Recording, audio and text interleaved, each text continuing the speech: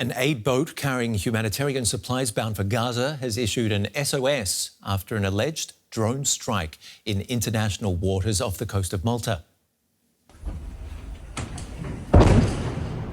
These images have been released by the Freedom Flotilla Coalition, a grassroots activist group which runs the vessel. According to the Maltese government, 16 people were on board. No casualties have been reported. For 2 months, Israel has blocked humanitarian aid from entering Gaza. And because of that blockade on Gaza, aid organisations are warning that humanitarian efforts are on the verge of collapse. The United Nations says Gaza's population is facing starvation and is calling on Israel to allow the resumption of deliveries. Thousands of Palestinian children are already suffering from malnutrition. A warning: the following report contains disturbing images. Sick, thirsty and starving. 5-month-old Seva is one of many children at risk of starvation in Gaza. It's been 2 months since Israel placed a blockade on humanitarian aid from entering the Strip. Since then, nothing has come in. No food, no medicine, no fuel. Children, in particular babies, are being disproportionately affected by the shortages. Seva is suffering from malnutrition and dehydration. She had a stomach infection that lasted a long time, and her weight dropped from 4 kilograms to 2.9. Her condition is worse than before. Speaking to reporters, the World Health Organization's emergencies director was scathing, calling the situation an abomination. We are breaking the bodies and the minds of the children of Gaza. We are starving the children of Gaza, because if we don't do something about it, we are complicit in what is happening before our very eyes. We are complicit. We are causing this. You, us, and everyone who does nothing about it. It's horrific.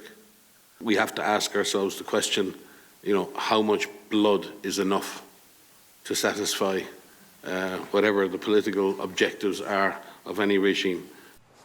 The UN has warned that the territory is once again on the brink of famine and called on Israel to end the siege.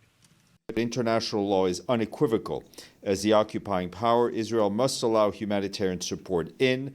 Aid and the civilian lives it saves should never be a bargaining chip. Israel denies there's a lack of food or other essentials in Gaza and is continuing its airstrikes, which it says are targeting Hamas militants and not civilians. Tanya Kramer is in Jerusalem for us. A strong warning from the WHO there, Tanya, that Gaza's children are starving. What's the Israeli government's response?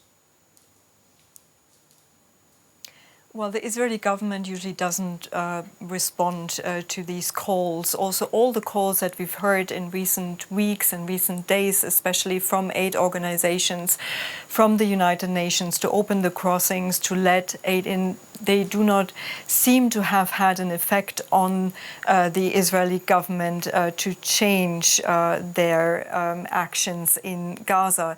Now, each report that is published by aid agencies and the United Nations is more grim than the one the day before, and even the warnings. We heard from the UN.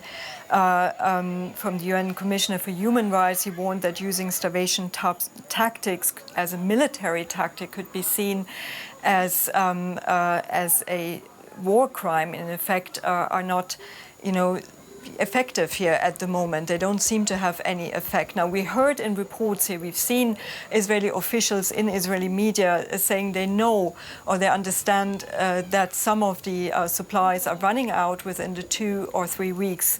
But they see this, as they said, as a part of their military pressure strategy on Hamas. They also have said that Hamas is using this aid or stealing the aid, using it for their own purposes. And we heard in recent days also from Prime Minister Benjamin Netanyahu clearly saying, no, his main goal is now to remove Hamas from power. We also heard from the military chief of staff saying they might even intensify their campaign in Gaza.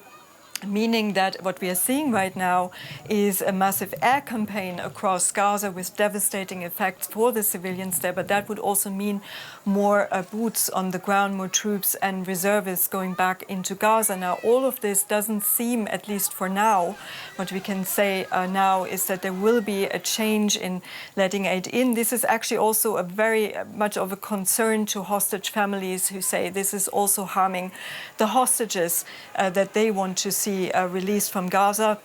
As the government has said, this is also part of their strategy to get a new agreement with Hamas to release those hostages. But what we are seeing now is what the aid organizations are saying. This is the worst humanitarian crisis or situation in Gaza, with most of their stocks now having run out. And some people have told me on the phone that they fear what is there to come. You know, there has always been this fear of bombings, but now they don't know how they will sustain themselves in the coming days and weeks. DW's Tanya Kremer on that dire situation in Gaza. Thank you very much for your reporting from Jerusalem.